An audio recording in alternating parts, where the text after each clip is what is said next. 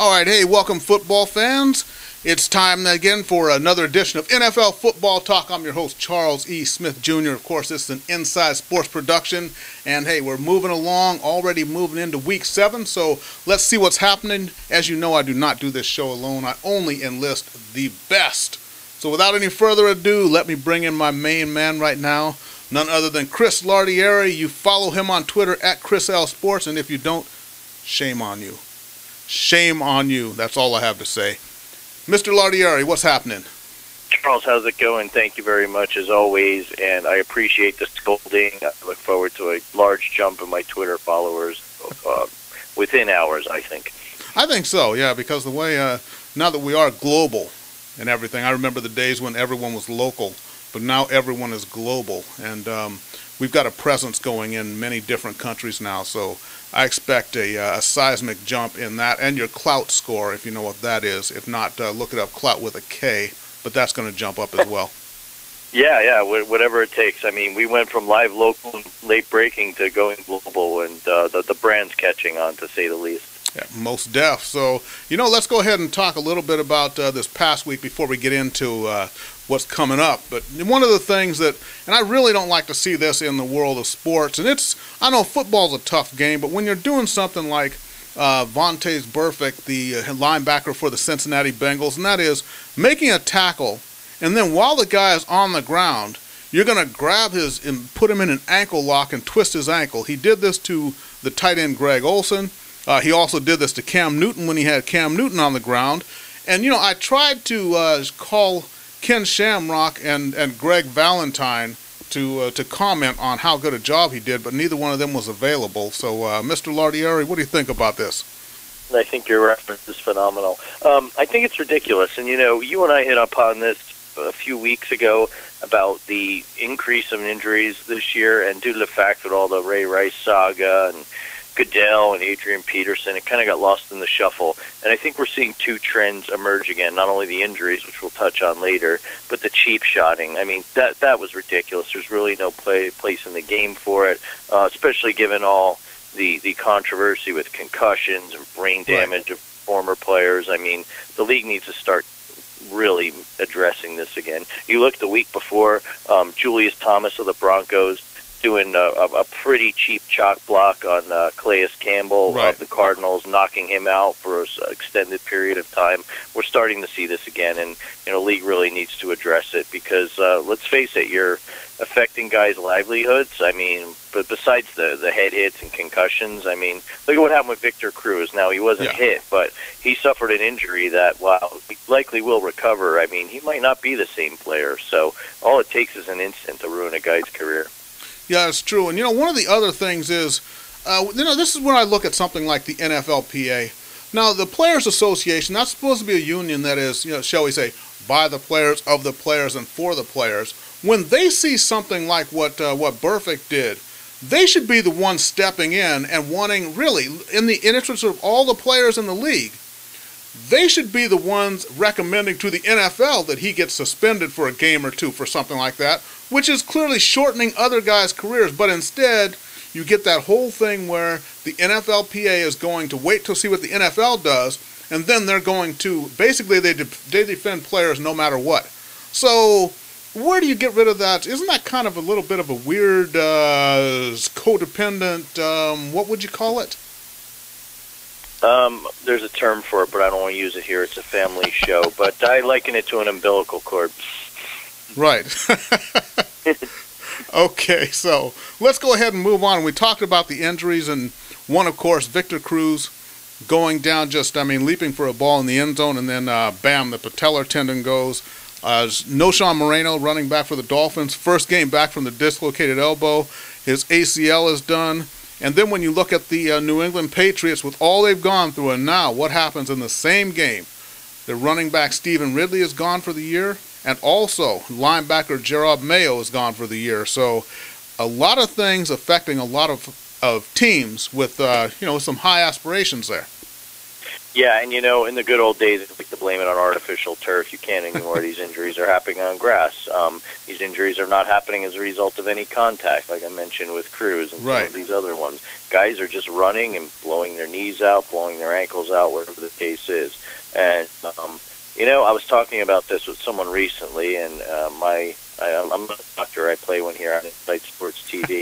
But my thought is twofold. I mean, you look at baseball and the steroid generation, there are a lot of guys hurting their knees and popping hammies that wasn't happening before, and they tied it into the use of PEDs. Right. I'm wondering now, although the NFL's finally rolled out testing for HGH and the like, could that be a factor? These guys are so juiced up that their muscles and tendons and whatnot just snap like an elastic band from so much tension. Secondly, with the last lockout and the new collective bargaining agreement, the players don't practice as much. I mean, they have these OTAs, but they're not on the field as much. Even during training camp, they don't do as much field time. Are these guys not as well conditioned as they come into a season? That's another question that needs to be raised.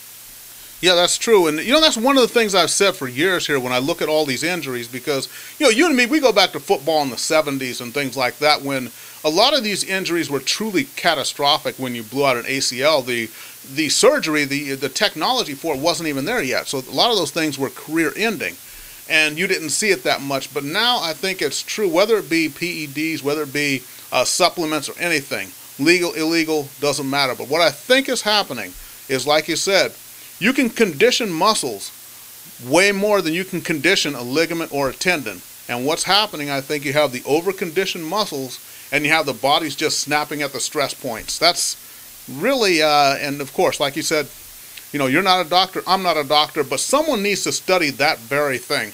Because the way that conditioning is now and the way that as well conditioned as these guys are, things shouldn't be snapping. It's like, there's something going on. Maybe we can hit up Mr. Obama and he can fund a study for us. The Lardieri Smith study, and we can take it to a few orthopedic surgeons and things like that, and we can really get the ball rolling on this, make a difference.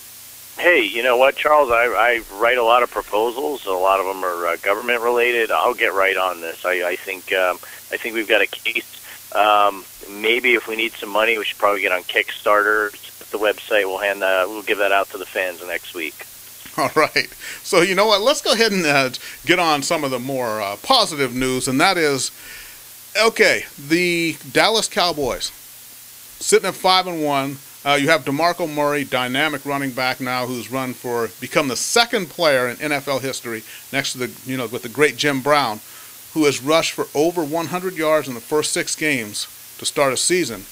But everybody's kind of reluctant to say the Cowboys have finally arrived. Now, do we all have and all of us who sit as analysts, not necessarily fans of the Cowboys, but do we really have some form of PTSD from having dealt with the Cowboys' collapses in the past?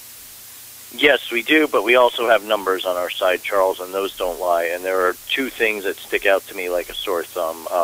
The Cowboys' offensive line, even before I get into that, has been playing phenomenal. They've also succumbed to an injury. The right tackle is out, which isn't going to help. But the 2 things that stare me in the eye and pop out to me are that DeMarco Murray is often injured.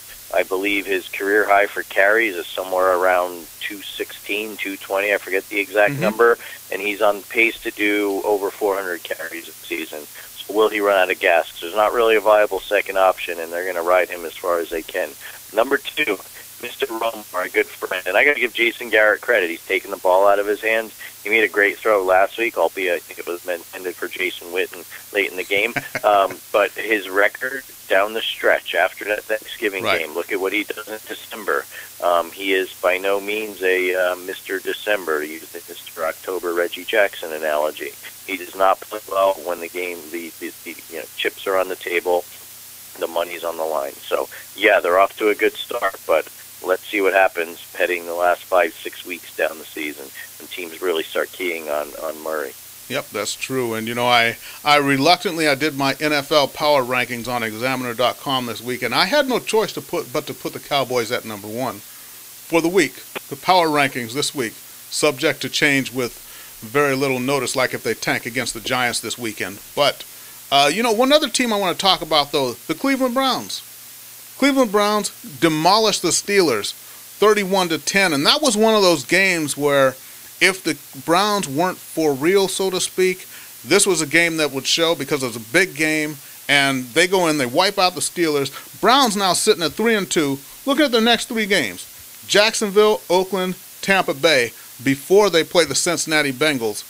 A 6-2 Cleveland Browns team is actually not just a possibility, but it's a probability. Yeah, it's really astounding. And, they played well all year. Even look at opening day, they fell down big to the Steelers and came back and nearly beat them. So I don't think this is a flash in the pan. I mean, the schedule's really going to work out, heading, like you said, potentially 6-2, as long as they don't get any injuries, knock on wood. I think it's really a great story because the Steelers have been a major disappointment. The Ravens are up and down, and it now suddenly looks like the Bengals are coming back down to earth. So they've got a legit shot if the rest of the AFC toils in mediocrity to even make a wild card run. And I think the best story about this all is everyone forgot who Johnny Manziel was. Yeah, I know, and you got to think, though, if they go through and have a good season here, this is projecting. They finish 11, 12-5, 12-4, 11-5, something like that.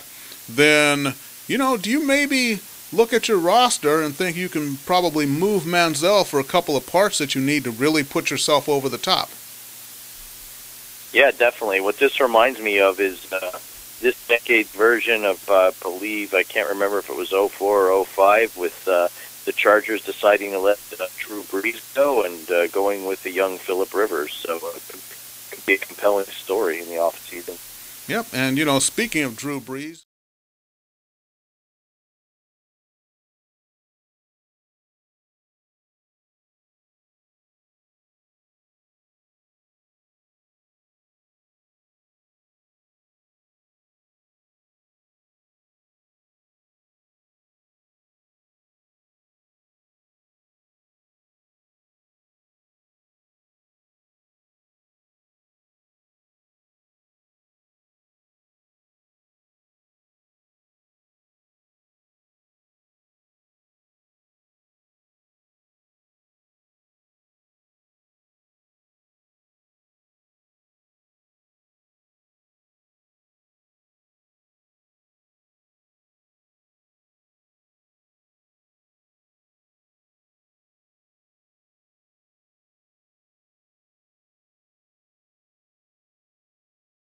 and, same division, though.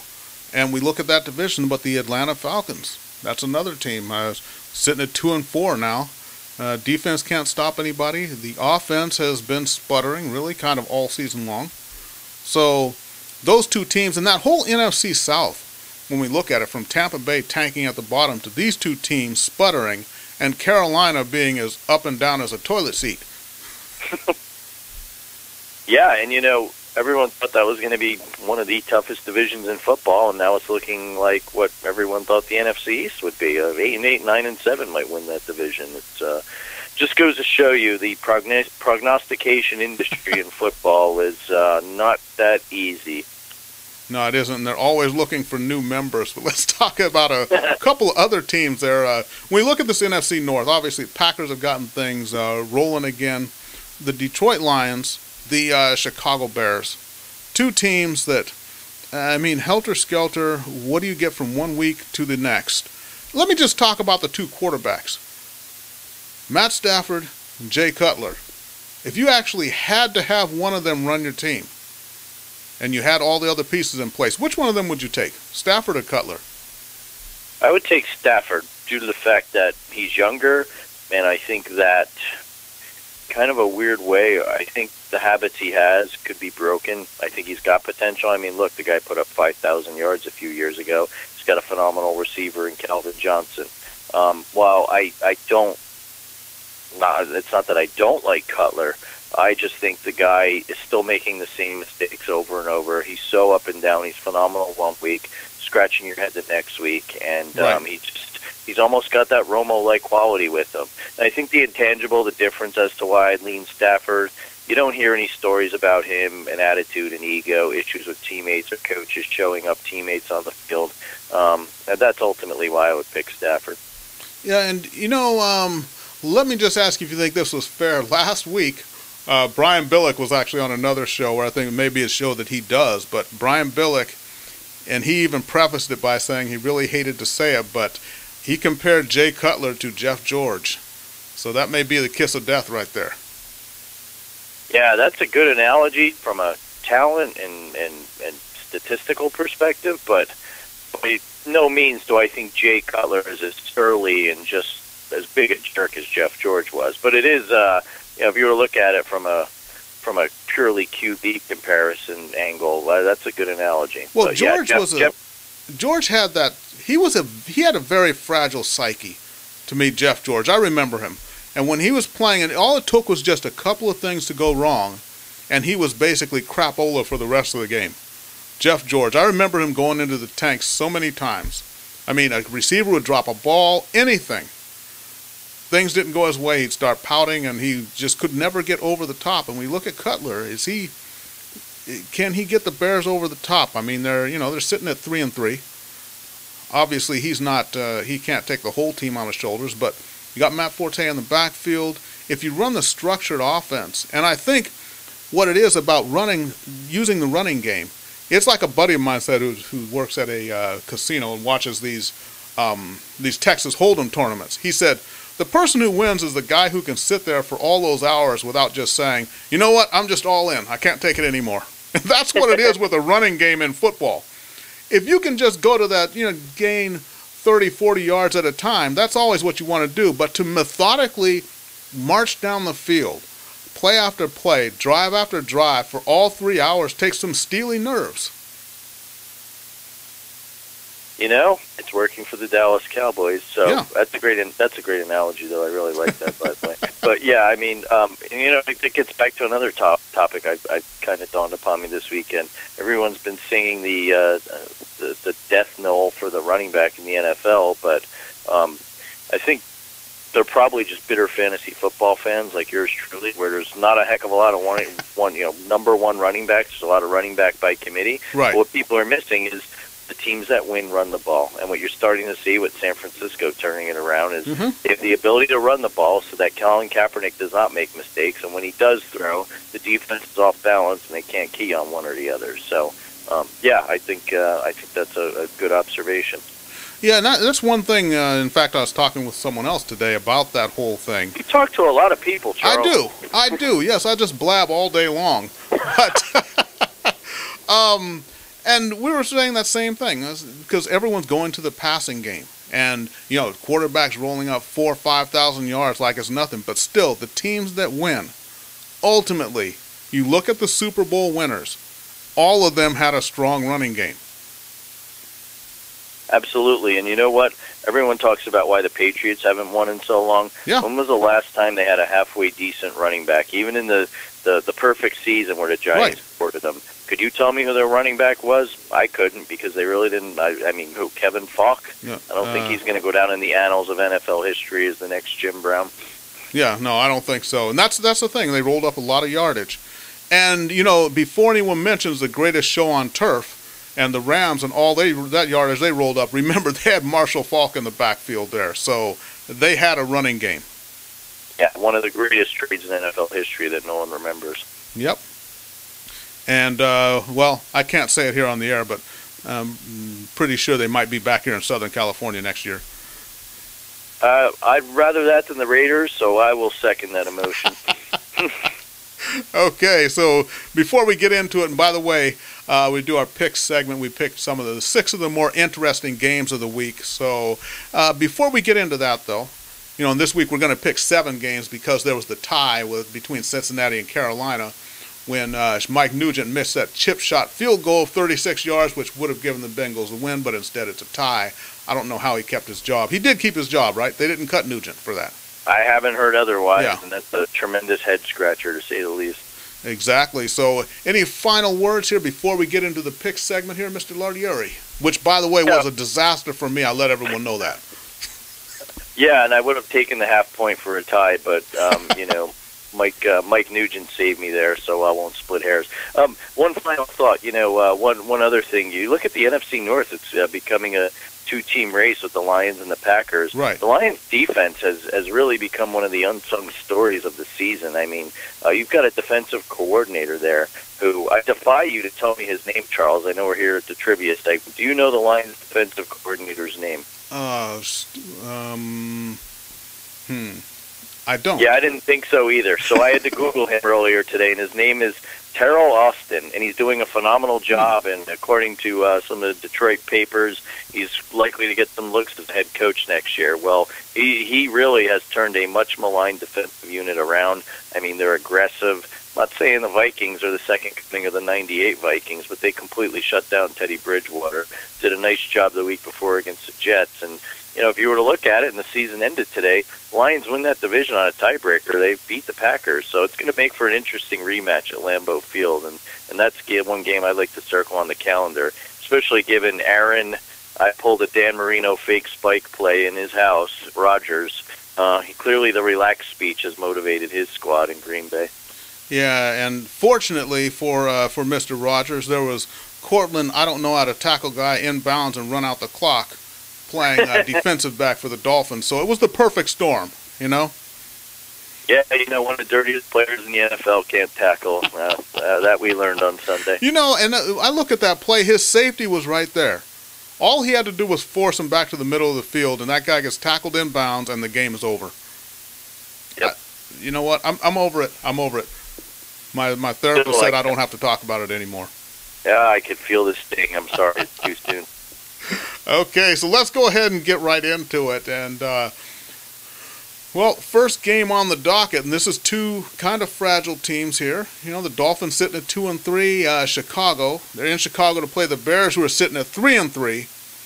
The Dolphins, I think, one thing is losing Noshawn Moreno is going to hurt them, but I just wonder if they can shake that off in 1 week. But I look at Cutler, and I look at the Bears, and anytime they have a chance to put some separation there to remain relevant, it seems they fall flat. I'm going to go with the Dolphins, who played a great game against Green Bay. They just didn't come through. So I'm going to go with the Dolphins. I like them to carry that momentum, even though it was a loss. But momentum, good play into Chicago, and I like the Dolphins over the Bears. We'll start off by disagreeing, which is a good thing, I'm hoping. I'm going to go with the Bears. I really like the way they played against Atlanta. Not that Atlanta's got a vaunted defense by any means, but Cutler managed to remember that he's got a great wide receiver named Alshon Jeffrey. I think the attack's more balanced. I like the way the defense played. And for being up and down so much this year, I'm going to roll the dice and say the Bears string together a 2-game winning streak at home. A modest 2-game win streak, I think that's called. Baby steps. There you go. You know what? Before we go any further, I got to go ahead and put up the standings here. Last week, it was atrocious. There was that tie, so we didn't count that. But I went 0-5 last week. Mr. Lardier, you went 3-2. And there you see the lead you have on me, the 1-game lead for the season now, which you made up in the past week and then this past weekend. But I went 0-5, no shame in my game. I'll put it up there for everybody to see. But trust me, my picks are made on very sound judgment. Yeah, I forget the guy who ran Lehman Brothers said something like that. They had a very sound balance sheet, but we won't go there. Okay, and why don't you break down the next game for us here? New Orleans Saints, we talked about them, much maligned New Orleans Saints in Detroit to take on the Lions and that Lions defense. What do you think? Yeah, let's see if the Saints are for real. Luckily, they're going into another dome, which I think potentially could work in their favor. That said, I think, like I said, they're running into the most underrated defense in 2014 in the Detroit Lions. I don't think the Saints could stop anyone right now, including some of the really good high school football teams here in Southern California. Detroit's on a roll. They're looking for a playoff berth. I'm going to go with the Lions. I think ultimately it could be a shootout, but last man standing, the Saints aren't going to make a stop on the Lions. Yeah, that's true. And the other thing about the Lions is, remember, Dominican Suh is in a contract year here, so he's got some extra motivation there. So I'm going with the Lions, too. In fact, this one, barring Stafford getting a little bit ridiculous or something, I think this one could get ugly, to tell you the truth. I would not be surprised to see the Lions win this game by 14 points. Wow. The bookmakers in Vegas are listening. You're going to move that line, Charles. Okay, and then we'll take the next game here. Cincinnati Bengals in Indianapolis to play the Colts. Bengals with the heartbreaking loss. The Colts, who just keep rolling along. Andrew Luck has found his groove there. Reggie Wayne. I like, and this is the big game thing here. The Bengals, too many times, have fallen on their faces in big games. Here the Bengals are sitting, competing for the division, sitting at 3-1-1, going into Indianapolis, a game they really need. I like the Colts to win this game because I like the execution of Luck when it comes down to it. So I'm going to take Luck to be the difference. Andrew Luck, not Lady Luck. And I've got the Indianapolis with this one. Ironically, Luck is the #1 selling NFL jersey in Nevada, so I wonder if Lady Luck has been buying them up, thinking they're her. But yeah, I'm going to completely agree with you. The Bengals have really disappointed in the last couple of weeks. I don't know what's going on with that defense. Indy's on a roll. Hey, I picked them as one of my Super Bowl teams. I know it's still early. It isn't even Halloween yet, but I like what I see. The defense is playing well. Andrew Luck is showing that he's becoming he's taken that road to elite quarterbackdom. And T.Y. Hilton having a phenomenal year. Yeah. So I'm going to go with the Colts. At the end of the day, I will take Andrew Luck over Mr. Red Andy Dalton any day of the week. Yeah. Andy Dalton has those menacing eyebrows, but somehow it just never comes through in the fourth quarter. Yes, like Mr. Potato Head in Toy Story. He's got those angry eyebrows. Wow, man, that was low. At least mine was above the belt. You know what, Charles? When you've got kids that watch that movie enough, it's forever ingrained in your subconscious. I'm sorry. I got you, man. All right, so, and then go ahead and take the fourth game here for us. The Chiefs, the big divisional matchup. AFC West, the Chiefs against the Chargers. Chargers struggled a little bit against Oakland last week, but how do you see this one? Yeah, they did, and the Chiefs lost a tough one to the 49ers prior to the bye. I just like the way the Chargers are playing. Looking at that Oakland game a year ago, 2 years ago, that's a game they lose. You look at the score and you say, how the heck did they lose that? Well, they move down the field, Rivers moves them, and they don't lose it. So I think that's a good sign for you San Diego fans out there. I like the way the Chiefs are playing. They've been playing better, but I just think the San Diego defense is too much for them. I don't see Alex Smith beating them.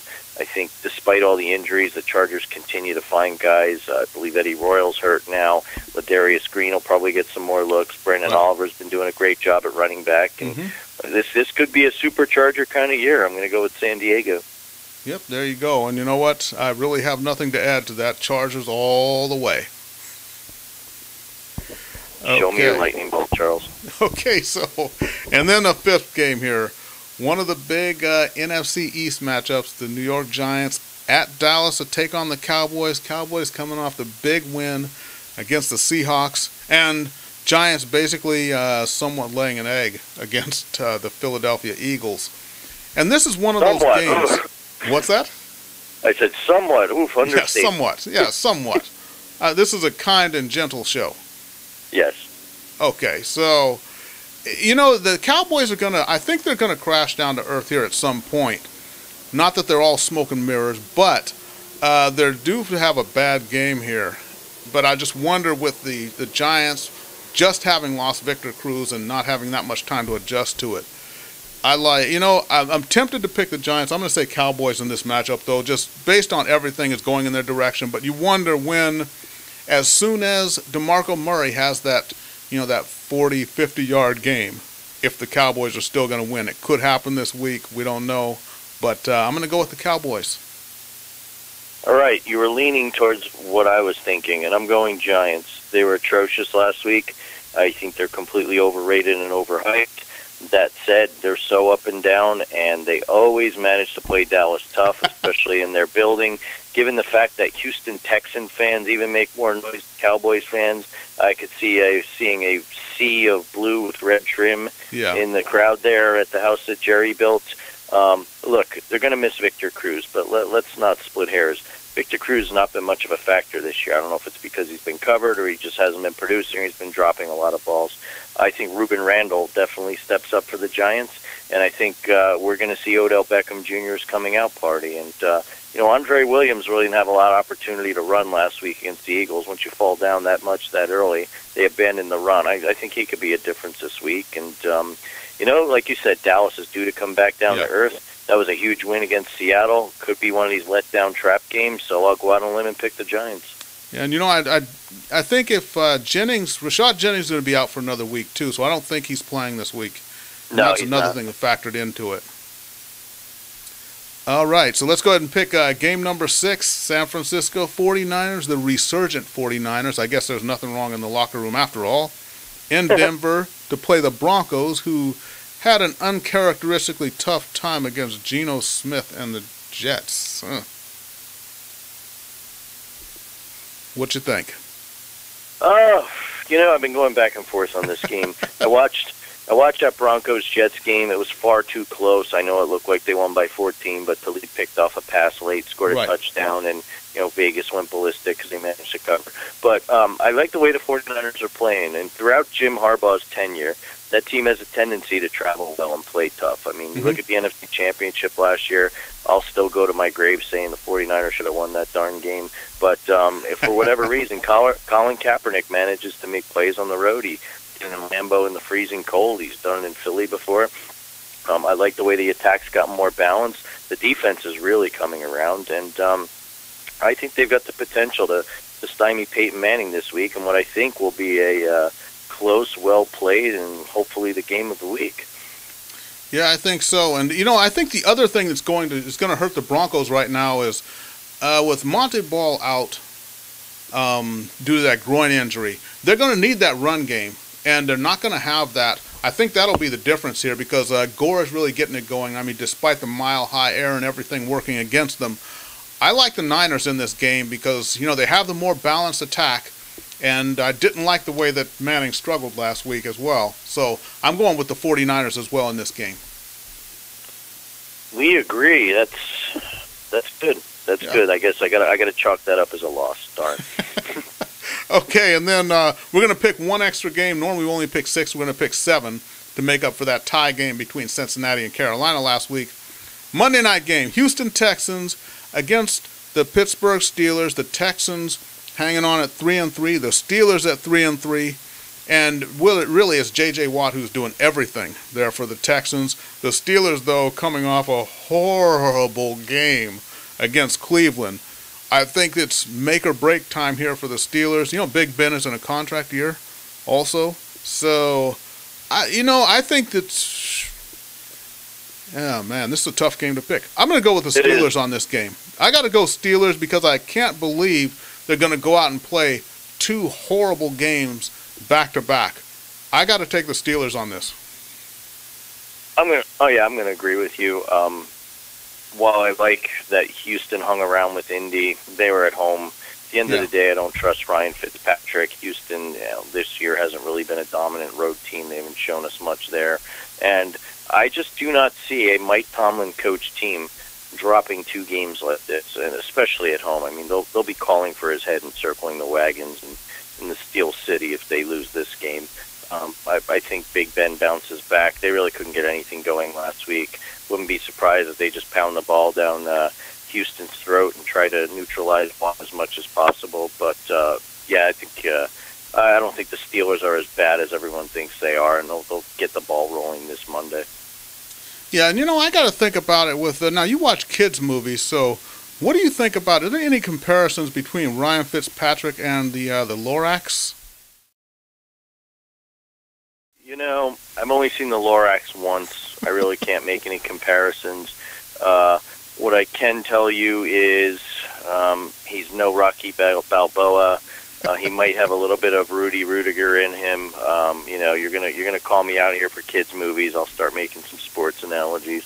I think, is he Bobby Boucher? I don't know. But I think he's just Ryan Fitzpatrick. Really, at the end of the day. I meant the whole facial hair thing, though. Yeah, look at the Lorax. There's a striking resemblance, and being that I've never seen Fitzpatrick and the Lorax in the same room together. I'm beginning to wonder.